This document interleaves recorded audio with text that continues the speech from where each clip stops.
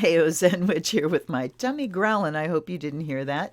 I'm here with another Unboxing the Tarot video, and today we are looking at this one here. Hold on. There we go. Okay. Look at this cool bag. Dragons. Inside there be dragons. This bag came with the deck, and this deck is the Dragon's Tarot, published by Scarabeo. And as per usual with the standard Scarabeo decks, we have in Italian, we've got in Spanish, and we got German and French. So we have a couple title cards here that can be used very well for blocking the deck. Tarot published in the same series, so there's a little advertising there. And as per usual with these Scarabeo decks, we've got several different places, 1, 2, 3, 4, 5, 6 languages. The Fool, El Loco, El Mato, Le Fou, Der Mar, Nar, I'm not sure if that's an de Vas. So lots of languages, as always. There's the Fool. Whoopsie, he's on a horse going after a dragon, and that horse is about to slip off the cliff backwards. Yikes. These are slippery. The Magician. Ooh, very cool image. Look at the chessboard. Now, one gets the impression, I want to look at this because on the front of the book, it does not mention the artist anywhere. And on the back, okay, on the back here, Dragon's Tarot, Manfredi Toraldo, artwork by Severino Baraldi. So obviously Italian artist, graphics by Pietro Aligo, instructions by Manfredi Toraldo, translations by Studio RGE. This is 2006 copyright. Art Tarot collection edited by Pietro Aligo, diffusion and marketing. Okay, all rights, blah, blah. Anyway, one gets the impression with a lot of and they've changed recently. Scarabeo is putting out a lot of really excellent things, and, you know, in the mode of the day with the nice sturdy boxes and things. But one got the impression, like back in the early 2000s, all these Scarabeo decks had similar artists, and you got the impression that they were kind of cranking them out fast. Ooh, let's do a Dragon's deck. Let's do this deck. And it was more generated by the company of, you know, LS wants a deck like this, and we hired the artist and the writer to do it, rather than an artist and writer going, I am inspired to create this deck. And it looks like my charcoal's out. Oh, not quite. There we go. So there is the Magician with a chessboard in front of him. And there is the High Priestess card. Look at the beautiful silver dragon. Isn't she lovely? What am I thinking of that she reminds me of? Oh, I know. The warg in one of the Hobbit movies, that big white lovely warg that the big bad dude rides. Yep. And there's a camel. Is he going to eat the camel? I don't know. There's the Empress. She got boobs.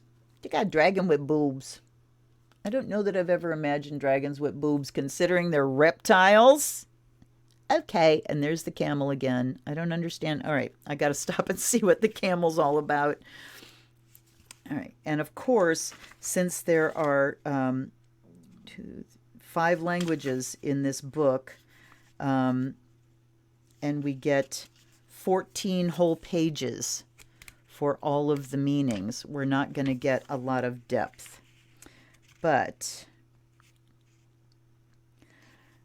let's look at just the Empress, because she's up. Tiamat. Okay, so there's like a deity or a mythological figure mentioned in each one. The Empress Tiamat is drive. Tiamat representing primordial chaos, the female force and energy of creation, mother, birth, unbridled female energy, the force of storms and downpours, emotivity, creative breath, escape, temptation. I'm trying to reconcile female energy and force, mother, birth, and escape and temptation. And drive. I don't see the Empress as drive. She's not the force, she's the form. So let me go back to the High Priestess here. Kur, the primordial abyss.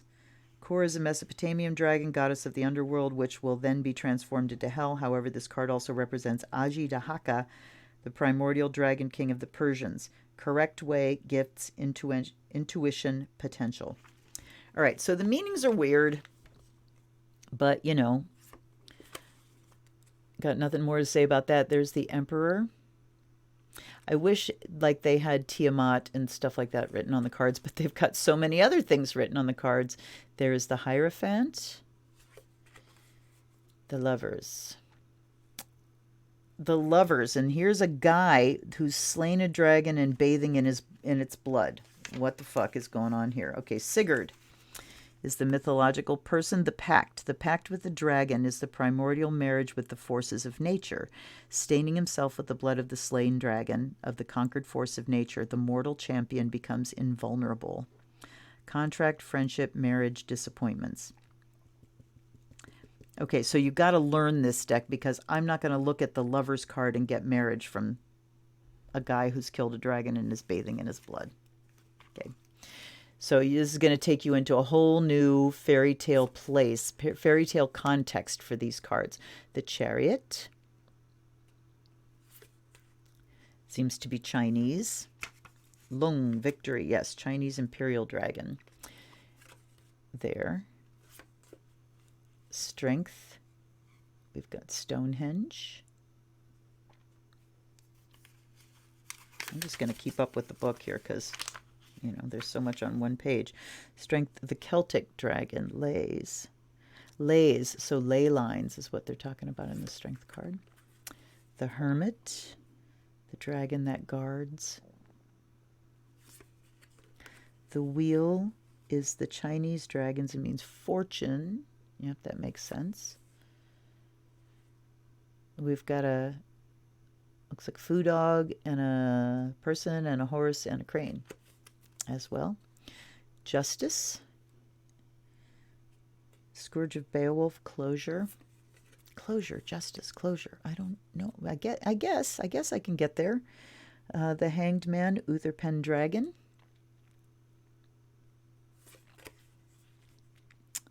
Death, St. George.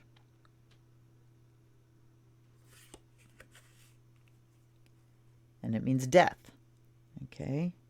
Transformation, liberation, change, death, and rebirth. Temperance is the Hydra. That's a good image for temperance. Something that just keeps coming and coming and coming every time you try to limit it. The Devil. Apep, the Devil. That's Egyptian. The Tower.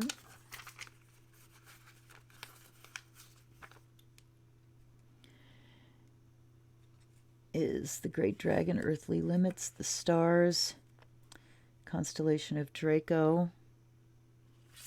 The Moon is Pythia. The Sun laid on the golden apples. Judgment.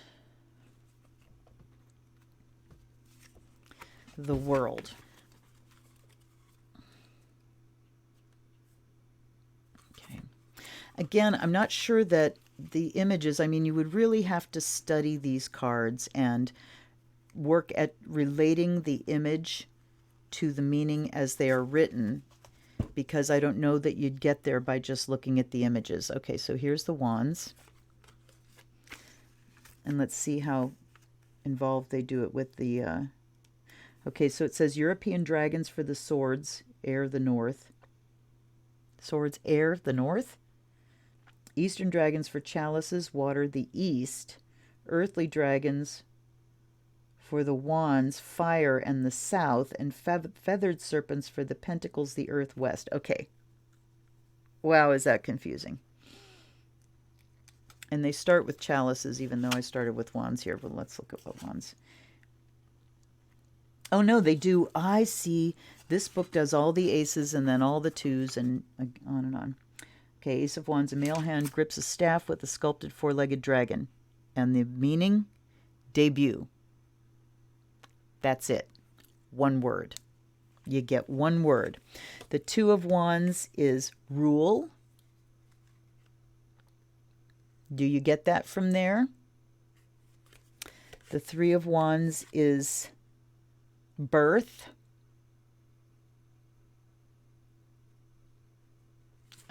Okay. The Four is undertaking. All right. I guess she's being taken under a canopy there.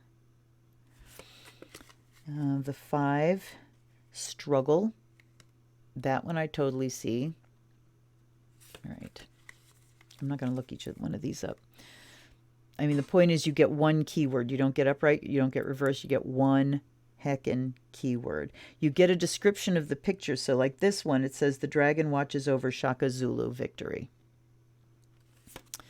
So you get a little description, but you get one frickin' word. A great hunter of Gabon follows the tracks of the prey. Challenge. 8. Sea dragon. 9. I mean, those are kind of cool images. I'm glad. It's nice to see African. So Wands, earthly dragon for Wands, fire, and south. It seems to be all, no, Babylonian. Nope.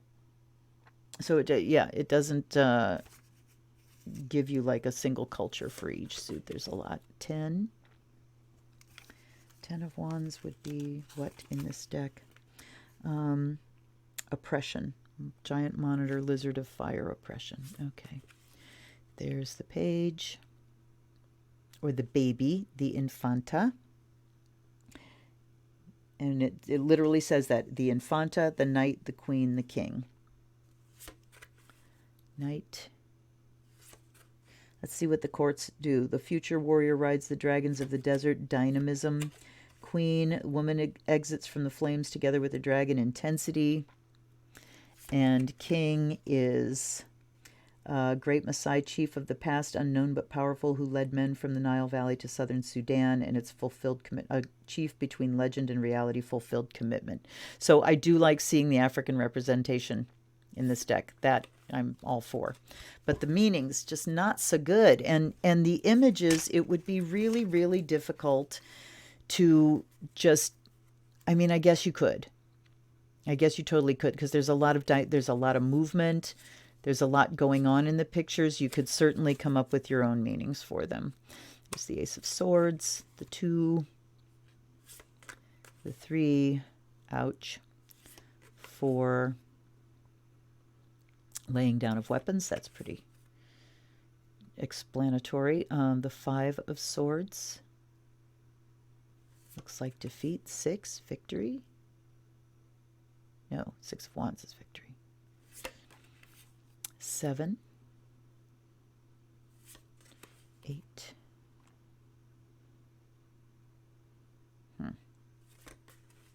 9, ooh, youch, and 10. He's pretty gnarly. There's the Infanta, the Knight, the Queen, all naked, the King. Lots of breasts in this deck, no peen so far. Wilds, that's the King of Swords. Okay, chalices. Chinese dragons. 3 and 4. I will take the hair off of there. Thank you very much. 5 of cups. 6. 7. Now these seem to just strictly be Chinese. 8, 9. I like that image. And 10. Then we got the Infanta and the Knight and the Queen. Lots of naked women, as per usual with Los Scarabeo. Okay, really?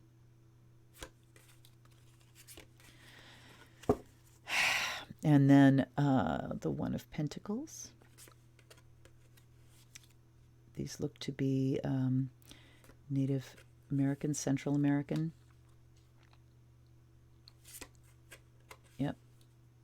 Maya, Aztec. 5, the 6, the 7, 8, lots of naked women. 9, naked boys' backs. Those are children. 10. Then we have the Infanta, the Knight, the Queen, naked as a jaybird, and the King, clothed for the most part. So again, that disturbing trend that I just, I don't get of let's make all the women naked and never the men. It just grates. It really grates. So this deck, as you may imagine, is not one that I've really used at all. I'm glad to have it in my collection. But if you look at like Los Scarabeo, sold through Llewellyn, and you go through some of these decks, I mean, there's like a deck for everything. There's a deck with gnomes, and there's a deck with fairies, and there's a deck with this and that, and they all have that same format of, the 6 languages here, these little tiny books. And it does seem like they went through a phase there where they were really mass producing a lot of similar artwork and similar format, and not a lot of depth. I don't look to this deck having a lot of depth. But if you like dragons, I mean, it's got a nice bag. And if you like dragons, you'll probably like it. This is a short video because there's not much to go on with here. So anyway, I hope you liked that. Like and subscribe. Do the thing. Comment below. I will answer you. Let's have a convo. I hope everything's going well for you, and I hope you come back next time. I hope you come back on Friday, where there will be a new unboxing of an oracle deck. Until then, remember what I say. I could make this deck work because why? A good witch can make anything work. Thanks for being here, guys. I'll see you next time. This is the Zen Witch. Blessed be.